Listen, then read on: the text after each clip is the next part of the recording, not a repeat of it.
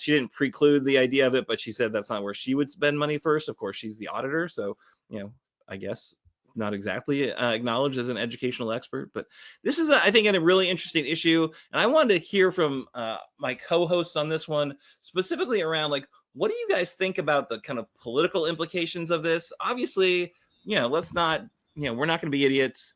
The governor is running for president, right? Like, we can just acknowledge that he is exploring it. He's setting himself up to be a candidate.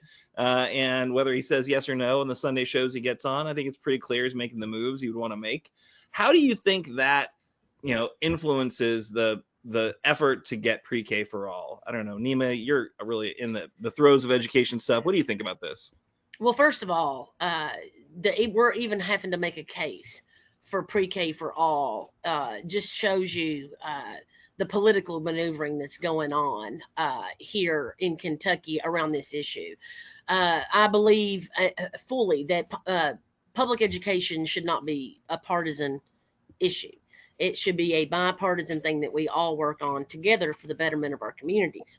But I will say this, that to me, this is a no brainer. It's been a no brainer.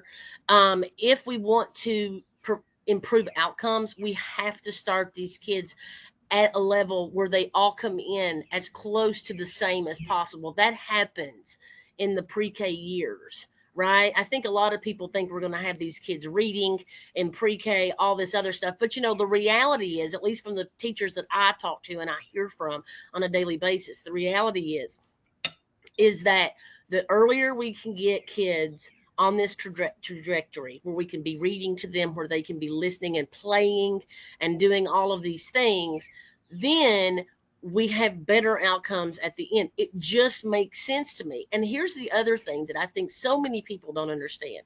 With the cost of childcare these days, it is almost impossible to pay for more than one. I mean, we keep hearing, oh, we don't have enough kids in this country. Well, one of the reasons why is because we cannot sustain ourselves as a society anymore on a one person family income.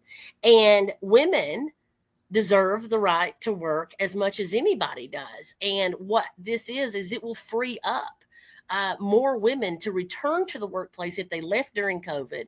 And it will also free that up for women to actually leave the home and actually be able to participate. Economically, this is going to help our community. We're hearing all the time about how everybody's got to get to work. Everybody's got to get to work. But the reason that we're holding up pre-K seems to me just to be political. Like nobody wants to give a win to Andy Beshear. And I'm going to tell you, if that's the case, and I believe a lot of it is the case, if that's the case, shame. Yeah. Shame on every elected in Frankfort, because you are holding up something that is vital to our kids and our families here in the Commonwealth purely because of political reasons.